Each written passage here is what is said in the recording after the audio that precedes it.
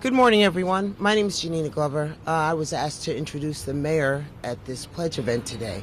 I'm one who's been able to benefit off of the services and resources that she's been providing for the residents of D.C. It is so nice that she considers the homeless residents of D.C. and a part of this family. I appreciate the standard that she's providing for this entire country to look after one another. I can't say anything else other than I'm so grateful for her team, the care, and the funding that they continuously provide for us, and that she's continuously trying to increase the safety of everyone in D.C. Thank you so much. Nina. Thank you very much. Good morning, everybody. Let's give Nina a hand and thank her for being here to share. I want to thank all the members of my team who are here, including Laura Zeilinger, who you're going to hear from shortly, and the wonderful team at our Department of Human Services, John Falchicchio, the interim deputy mayor, for planning and economic development, and our chief of staff, Neil Albert, the president of the downtown D.C. Business Improvement District and former city administrator and deputy mayor, and all of the local leaders who are here, our ANC commissioners. I understand that John Fanning is here from ANC 2F. And we are here to talk about very, very serious issue in our city that is both a public safety issue and a human services issue. And we want to make sure that all of our residents experiencing homelessness are able to stay safe during the hypothermia season. So while we're talking about the very acute need of safety during the winter months, we are always focused on our homeless services system and how it can ensure that people are able to deal with emergencies, deal with their very acute needs, while at the same time being on a pathway to permanent housing. We have a lot to be proud of in the work that we have done in the last 4 years, but we are reminded daily of all the work that we have to do. I want to say, without equivocation, that it is among the most important work that we do in our administration and in the government, and we will not rest until we are examining every tool and every resource to make sure that people in Washington, D.C., all people in Washington, D.C., have safe and affordable housing. Everyone also here worked very hard to make sure that we have a downtown day center and the commitment of many community partners to make that happen. We are grateful for the collaboration of our faith community here at this wonderful sanctuary in helping us make sure that all residents have a landing space, a safe place during the day to work on all of the issues that they may have towards getting to safe and affordable housing. Still, we know that too many of our neighbors are living outdoors, and as we continue working to get them connected to shelter and permanent housing, we need everyone, residents and businesses in all 8 wards, working with us to ensure that on cold nights and days that we are getting people into shelter. To all of my constituents who are living outdoors, know this, that we know why sometimes you don't want to go into shelter. And Director Zeilinger and her team work every day to make sure that our shelter locations are safe and that you can have a good night and good day in our daytime service locations. But we need you to come inside. What we know for sure that it is not safe to be out on nights when our temperatures are dipping, and we have lost too many of our residents because of this. We've asked every resident, if you see someone outside during the winter months, to check on them. If you believe that there is an immediate health emergency, call 911. If you want to request a ride to a shelter for someone, call us. Request a welfare check.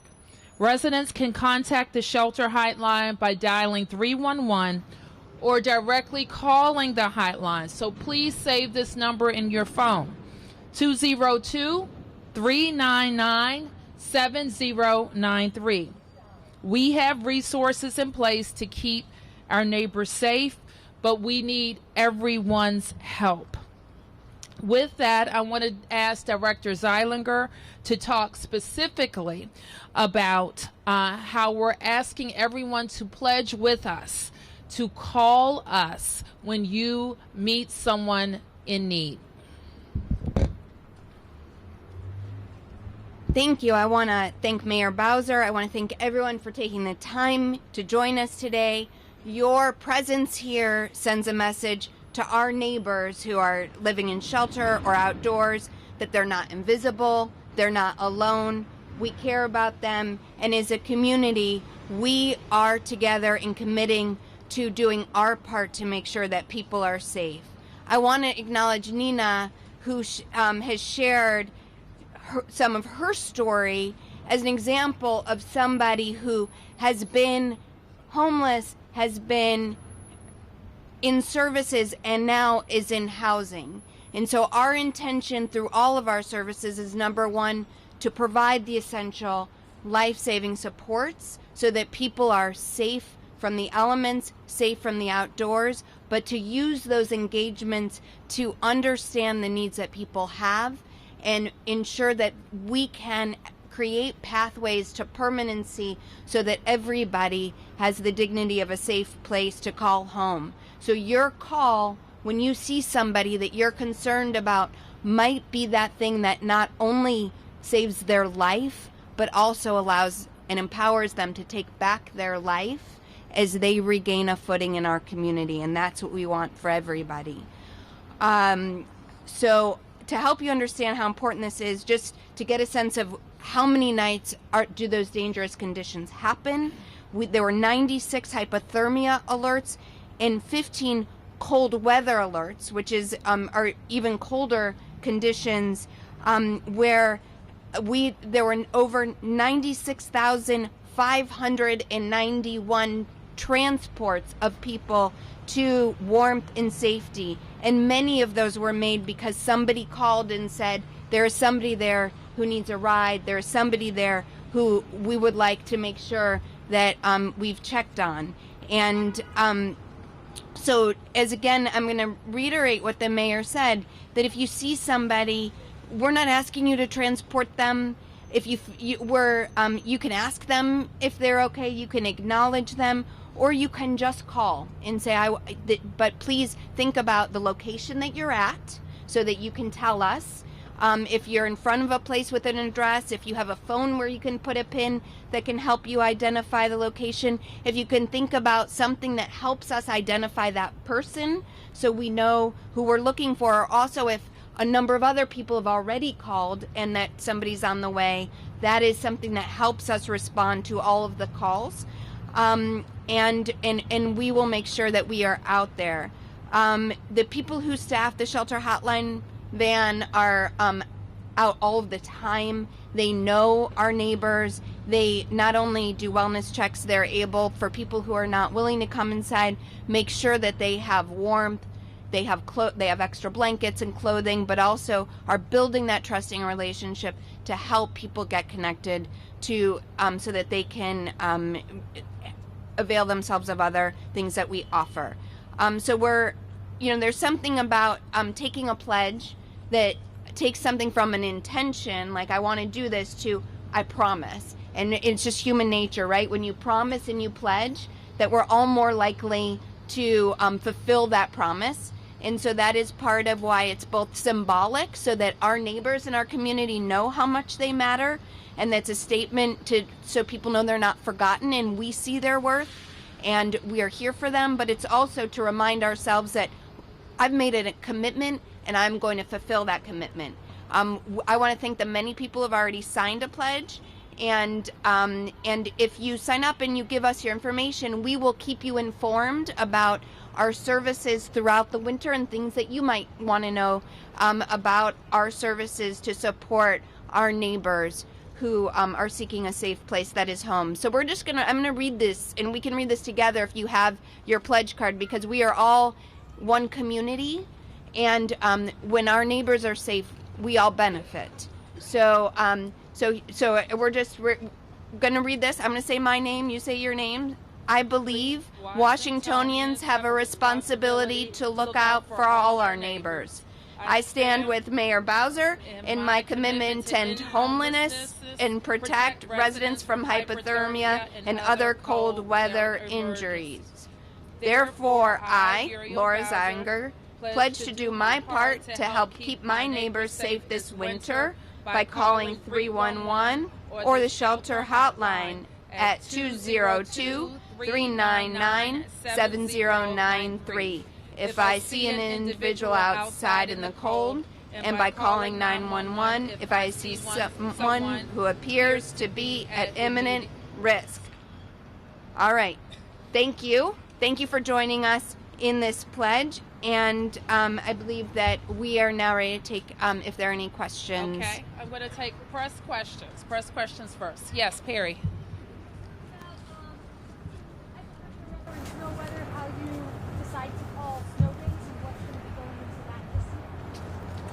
Questions about snow days for government operations. For schools.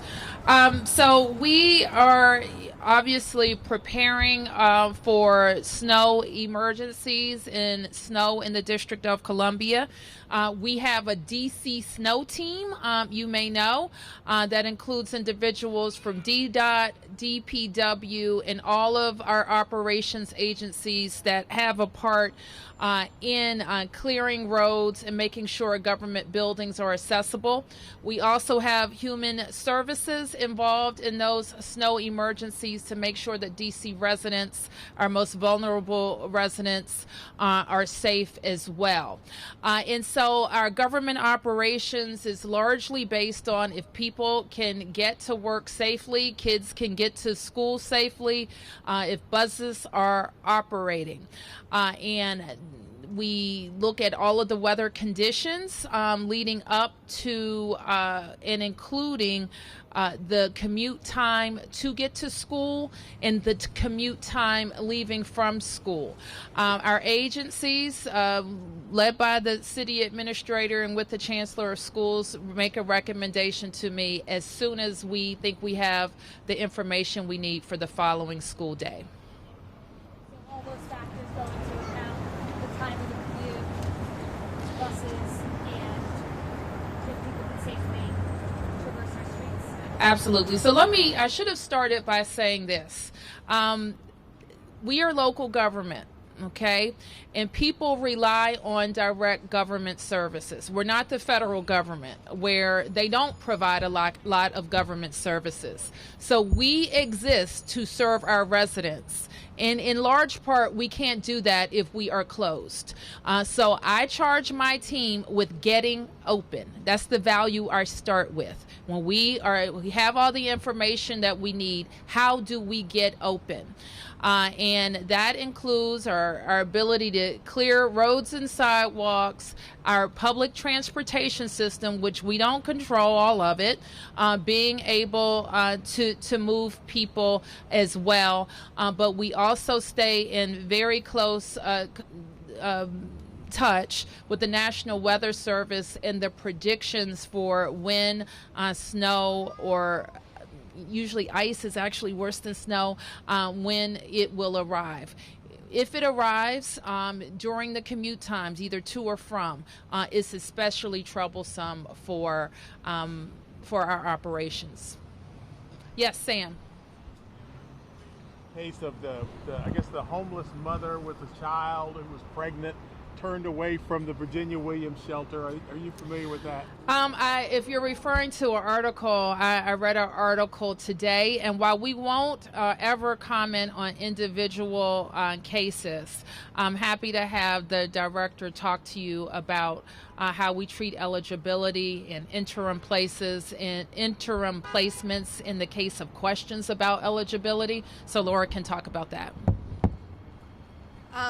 Thank you. So I want to be clear that we exist and our team at Virginia Williams Family Resource Center is there to identify and understand the need of people who come through our doors and to determine what services that we offer that they are eligible for that are a match to their needs. Human circumstances are complex, and it is not always clear immediately what the right call is. And so when there is doubt, we work hard to make sure that first and foremost people are safe. And so we're able to make an interim placement while we complete eligibility. Sometimes people get frustrated with the process around determining eligibility, and they may decide to leave before they get an answer, but we're doing everything we can within our control.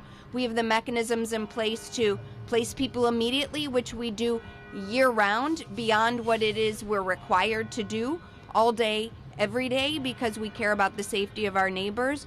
We work hard to make sure we are providing shelter for people who have no other place to go, and that we're helping people preserve their place in community who have a place in community, and to work with our neighboring jurisdictions so that people don't have to move and uproot their children and their families in order to get help, but they can get help where they live if they live somewhere other than the District of Columbia. That's not an easy job, and it's not, and we are imperfect in how we do it, but we strive to make sure everyone's safe every day, and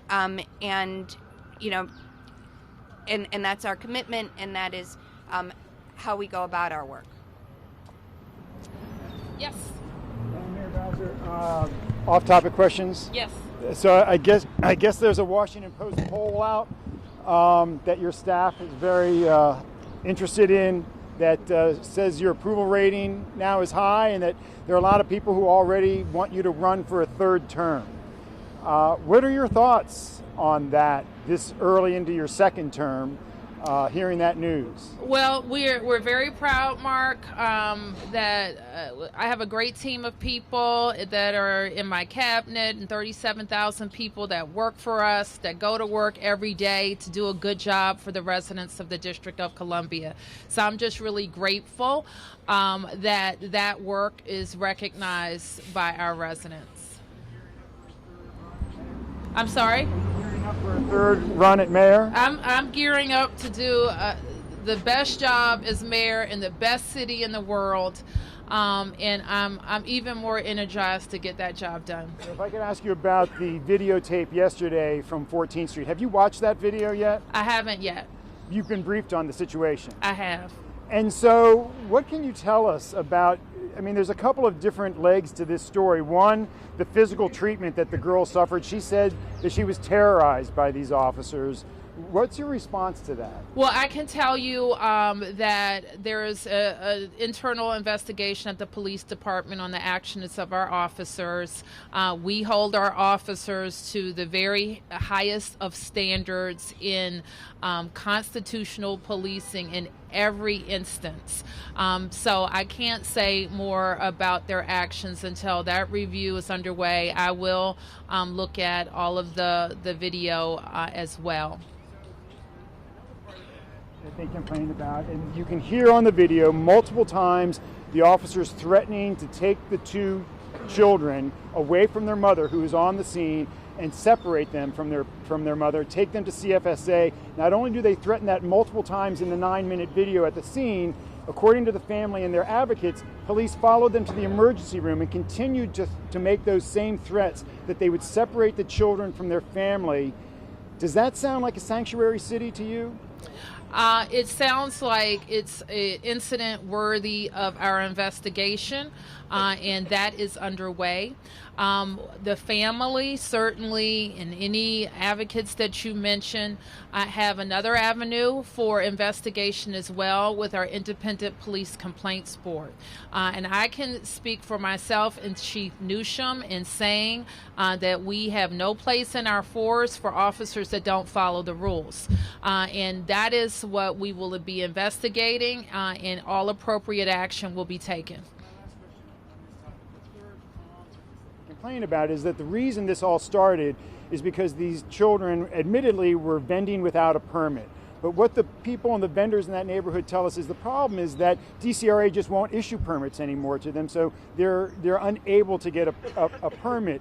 Is that something that's on your radar that you're looking to fix? Well, vending is complicated, Mark, and we have a complicated history with vending in a lot of neighborhoods in the District of Columbia, and there's some things to balance. And what we hear from our inline stores is that we pay rent here, we pay taxes here, we pay all kinds of taxes that we're called on to pay, but we need a fair way to do it.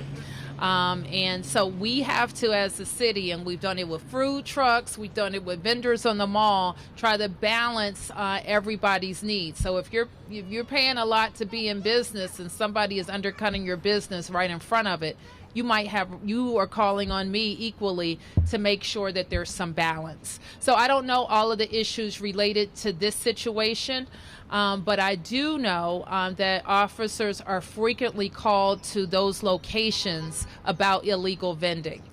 So I have to make sure that my officers have the tools that they need to respond to complaints that they're getting, that they're doing it in a way that is fair and according to the law. And we need another venue to figure out if that is not the appropriate vending location, if we can move people who are interested in legally vending to an appropriate location. Yes.